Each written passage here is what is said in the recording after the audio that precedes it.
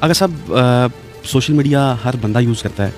ایک منظور مینگل صاحب ہیں, آج کل وہ کافی زیادہ ان کے جو ہے نا وہ بیانات سامنے آ رہے ہیں, دل سے بھی کر رہے ہیں. انہوں نے ریسنٹلی بیان دیا ہے, انہوں نے جلسہ کیا, انہوں نے کہا کہ جو اہل تشیع حضرات کے اندر مجتہدین سے میں کہتے ہیں میں خامنی صاحب سے ملا اور ان کے منہ ٹیڑھے ہوتے ہیں, ان کو حافظ یہ قرآن نہیں ہوتے, ان کو قرآن پڑھنا نہیں آتا. میں صرف اتنا کہوں گا کہ مولا علی نے فرمایا المرء محفوظ تحت لسانہ, المرء محبوط تحت لسانہ لفظ بھی ہے, یعنی انسان اپنی زبان کے نیچے چھپا ہوا ہے. جب بولتا ہے تب پتہ چلتا ہے کہ یہ کتنا پڑھا لکھا ہے. اگر کوئی گالیاں دیتا ہو, کسی کی زبان ایسی ہو کہ جو قرآن کھولا ہوا ہو اور فحاشی کی اور جنسی گفتگو ہو رہی ہو اور اپنے اساتذہ کے بھی کچھ ایسی باتیں بتائی جا رہی ہوں جو میں نے دوستوں نے مجھے بتایا, میں تو جب مجھے پتہ چل جاتا ہے کہ یہ غیر معیاری کوئی ہے ماحول, تو میں تو خود کیونکہ الحمدللہ تہذیب سے باہر نہیں آتا, اس لیے جب کوئی تہذیب سے باہر آیا ہوا شخص نظر آتا ہے یا سنتا ہوں تو میں ویسے ہی نہیں سنتا. یہ ہمارے دوست کبھی کبھی پکڑا دیتے ہیں ہاتھ میں موبائل کے, دیکھیں یہ آپ کو گالی دے رہے ہیں, دیکھیں یہ ہمارے مجتہدین کو گالی دے رہے ہیں, وہ تو اتفاقاً سن لیتا ہوں, لیکن میں ان صاحب کو زیادہ جانتا نہیں ہوں, مگر اتنا جتنا جانتا ہوں وہ سب آپ بھی جانتے ہیں کہ لطیفے اور توہین آمیز حتیٰ شیعوں کے لیے نہیں, اپنے لوگوں کے لیے جو انہوں نے باتیں کی بھی ہیں, اپنے بزرگوں کے جو کام بتائے ہوئے ہیں شادیوں کے اور جنسی. اور جہاں تک بات یہ ہے کہ اچھا ایک انہوں نے میرے لیے کہا ہے کہ وہ کہتا ہے کہ سنی ہماری جان ہے, تو سنیوں کی جان تو صحابہ ہیں. جی بالکل, آپ بین المذہب کی بات کرتے ہیں تو آپ ہماری جان کی قدر کریں. ہاں, تو وہ کہتا ہے کہ جی سنی ہے تمہاری جان ہے تو صحابہ, سنیوں کی جان ہے تو پہلے صحابہ کو تو مانو. میں کہتا ہوں صحابہ کو جتنا ہم مانتے ہیں اتنا آپ ہی نہیں مانتے. آپ تو طلقاء کو مانتے ہیں, صحابہ کو کہاں مانتے ہیں.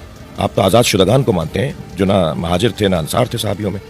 تو آپ کا کیا تعلق ہے صحابہ کرام سے؟ صحابہ کرام کو تو ماننے والے ہمیں, ان کی آبرو, ان کا احترام. آپ نے تو جب ان کے بارے میں بات کی ہے تو آپ نے تو ان کا مذاق اڑایا ہے, آپ نے ان کی توہین کی ہے.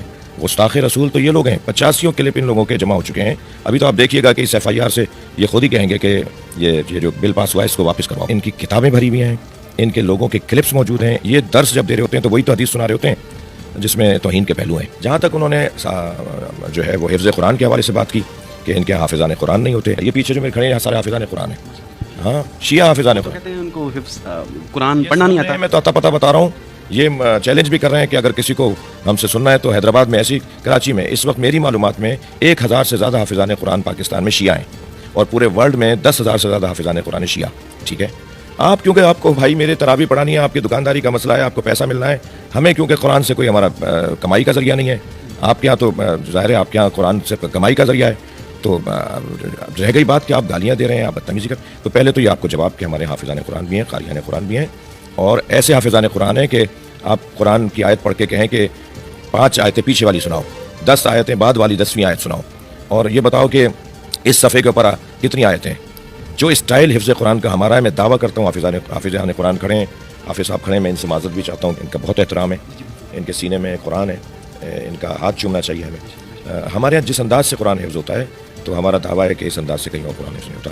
میں آپ کے توسط سے جن صاحب کا آپ نے نام لیا ان سے کہوں گا کہ اگر آپ کو کسی شخص کے ہاں گمراہی, برائی, اس کے ہاں مثلاً کفر یا شرک نظر آتا ہے تو بھائی آپ وارث دین بنے بیٹھے ہیں, اس کو تبلیغ کرو نا, اس کو ہدایت دو, مناظرے رکھو, بات کرو ہم سے, ہمارے علماء سے مناظرے کرو, آپ کے ساتھ ہم بات کریں گے. آپ شدت پسندی پر آ جاتے ہو, آپ گالیاں دینے پر آ جاتے ہو, آپ توہین اور گستاخی تو آپ کرتے ہو. گفتگو کرو, وہی جو کلپ آپ گالیوں والا دے رہے ہیں نا, اسی کلپ کے اندر مجھ پر اعتراض کرو کہ شہنشاہ حسین نقوی, ساجد علی نقوی, علامہ ساجد علی نقوی, حافظ ریاض حسین صاحب, شیخ محسن, تمہارے یہاں یہ عقیدہ جو ہے یہ قرآن کے خلاف ہے. تو پھر ہم ایسے ہی تمہارے انداز سے جواب دیں گے کہ یہ عقیدہ ہمارا قرآن کے مطابق ہے. آپ علمی باتیں کرو, آپ ملاقاتیں کرو, آپ آؤ, آپ لے جاؤ, آپ بلاؤ, بات کرو, آپ ہمیں ہدایت دو نا. اگر آپ ہمیں گمراہ سمجھتے ہو, ہمیں غلط سمجھتے ہو, تو آپ ہمارے محاذ آرائی کرو گے تو پوری دنیا میں شیعہ کو سنی ختم نہیں کر سکتا, سنی کو شیعہ ختم نہیں کر سکتا. محاذ آرائی سے انہیں نقصان ہوگا. اب بھی پاکستان میں سن 1982 سے جو ان لوگوں نے مار دھاڑ شروع کی, اس میں ہمارا نقصان تو ہوا ہی, انہوں نے اپنا نقصان کیا ہے. ظاہر ہے پھر وہ بہتی گنگا میں ہر ایک ہاتھ دھو لیتا ہے, پھر گدلے پانی سے مچھلیاں پکڑی جا رہی ہوتی ہیں, پھر جو ہے وہ آندھی طوفان کے اندر کوئی چیز کہیں سے کہیں جا پڑتی ہے.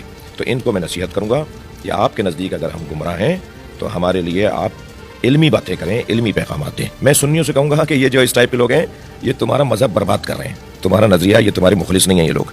تو اور سنی الحمدللہ سمجھدار ہے اور بہت ہوشیار. سنی قوم بہترین قوم, اور ان کے بعض ملاؤں نے, بعض ان کے پڑھی لکھی شخصیات جو ہیں حیدرآباد میں, پاکستان بھر میں, اسلامی نظریاتی کونسل میں, ملی یکجہتی کونسل میں, اور جو ہے وہ MMA کے زمانے میں جو علماء رہے، اس کے علاوہ اور فورم ہمارے انصاری صاحب نے کراچی میں ایک فورم بنایا ہے، تو وہ بہت اچھے فورم ہیں.